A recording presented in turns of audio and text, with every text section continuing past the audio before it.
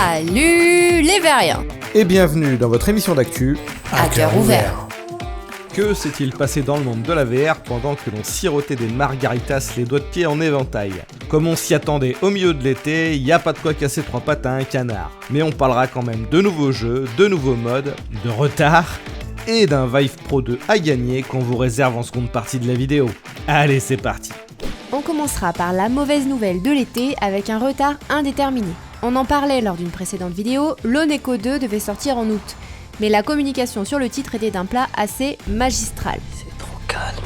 Je préfère quand c'est un peu trop plus moins calme. Ouais, c'était carrément louche. En tout cas, maintenant, on a le pourquoi du comment. Lone Echo 2 est repoussé à une date indéterminée cette année.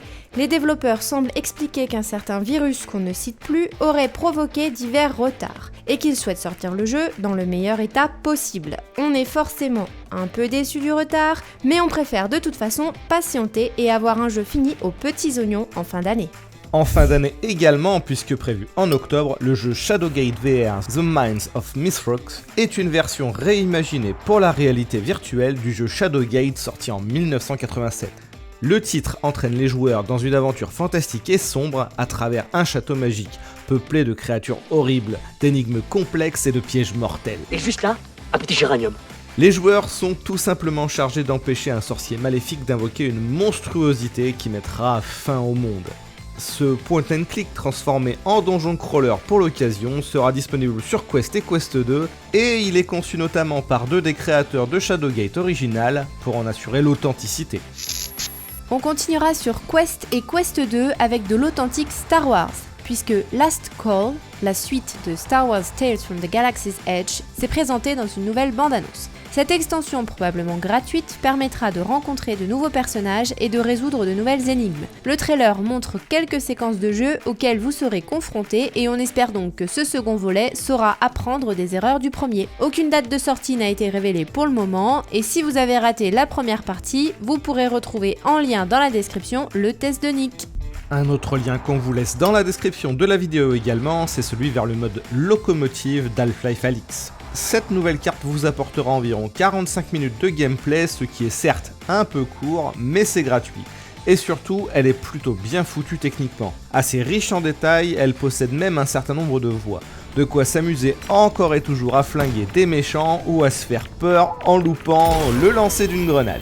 Je me demande si c'est vraiment nécessaire toute cette violence. Encore de la violence puisque Pistol Whip vient de proposer des mises à jour gratuites pour son jeu de tir.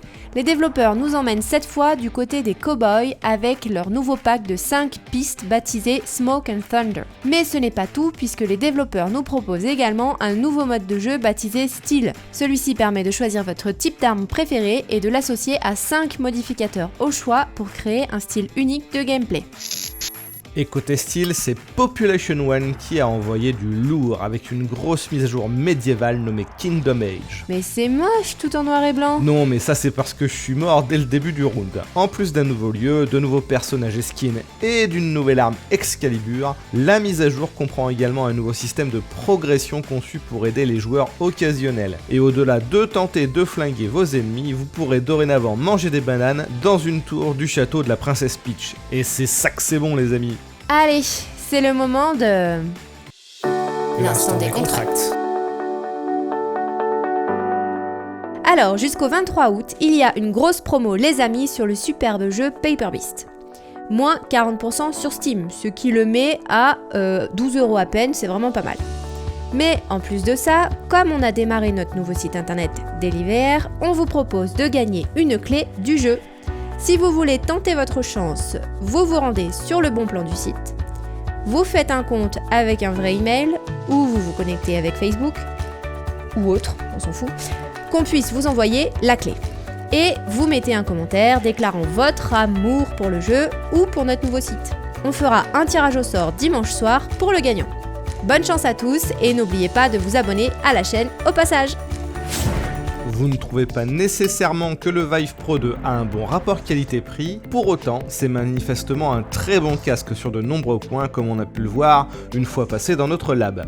Et si son rapport qualité-prix ne devenait pas bon, mais carrément excellent, en l'obtenant gratuitement par exemple, eh bien c'est ce que vous propose HTC en ce moment. Une grande loterie a lieu sur le site Viveport Infinity, où vous pourrez gagner des mois gratuits sur le store, ou encore 100 € de crédit pour acheter des jeux. Et le grand gagnant obtiendra un Vive Pro 2. Pour tenter de gagner des lots, il faudra vous inscrire par email. HTC vous renverra alors un mail pour tenter votre chance. On vous laisse tout ça en lien dans la description de la vidéo. Et celui qui va enfin tenter sa chance, c'est Intel, puisque la firme dévoile Arc. Ce sera donc la marque qui couvrira le nouveau hardware de la firme, les logiciels et les services, et qui s'étendra sur plusieurs générations de matériel. On parle donc ici de cartes graphiques haute performance pour les gamers. La première génération de produits Intel Arc, dont le nom de code est Alchemist, sera dotée d'un système de hardware en ray tracing et d'un super échantillonnage basé sur l'intelligence artificielle. Elle offrira également une prise en charge complète de DirectX 12 Ultimate. Prévu pour le premier trimestre 2022, on a hâte de voir comment tout cela va se concrétiser en jeu. Du coup, ce qui est maintenant également prévu en 2022, c'est Green Hell VR. Le titre devait à la base sortir cette année, mais les développeurs ne sont pas prêts. Ils souhaitent donc peaufiner le travail avant sa sortie. Les versions PC et Quest arriveront donc finalement en même temps, et un mode coopération sera du coup prévu en supplément. Pour rappel, ce jeu de survie est à la base sorti sur écran plat en 2019 avec d'excellents avis sur Steam. Et de ce qu'on a pu voir des trailers, Incuvo semble avoir ajouté un max d'interaction à ce portage pour que l'on ait vraiment l'impression que le titre soit conçu nativement pour la VR. Conçu nativement pour la VR mais aussi pour les débutants, on vous présente Spacefolk City. Cette espèce de SimCity-like, complètement barrée, vous propose de construire des villes verticales avec de nouvelles installations et de les décorer comme bon vous semble. Le but est de créer un nouvel habitat à une race alien dont l'activité solaire a détruit leur lieu de vie d'origine. Ce jeu devrait être disponible cet automne pour les casques PC et Oculus Quest au prix de 30 € de là. Gratuitement par contre, c'est Facebook qui vient de lancer Horizon Workrooms sur Oculus Quest. C'est un tout nouvel espace de travail destiné aux réunions professionnelles ou à la présentation de projets en réalité virtuelle. Le but est ici de remplacer la visioconférence standard par une version beaucoup plus interactive avec des avatars. On perd en expression faciale mais on gagne en présence et en gestuelle.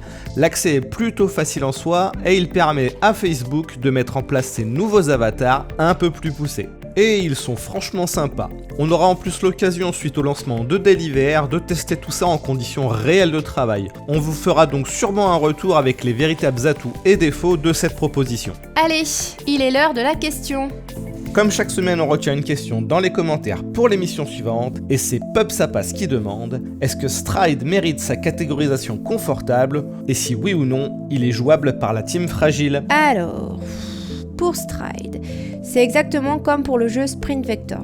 Tu secoues les bras pour avancer, ce qui est censé minimiser le mal de mer. Et si certaines personnes sont un peu moins sensibles grâce à ça, c'est pas vraiment le cas de tout le monde. Perso, moi je tiens 15 minutes max. Comme sur Sprint Vector, qui est classé intense. Donc si tu as des doutes, tu le prends sur Steam, tu fais fonctionner la politique de remboursement dans la semaine si ça te convient pas. Et voilà, c'est fini pour cette semaine. Si ça vous a plu, n'hésitez pas à nous le faire savoir en commentaire. Et on vous dit à la semaine prochaine. Ciao ciao!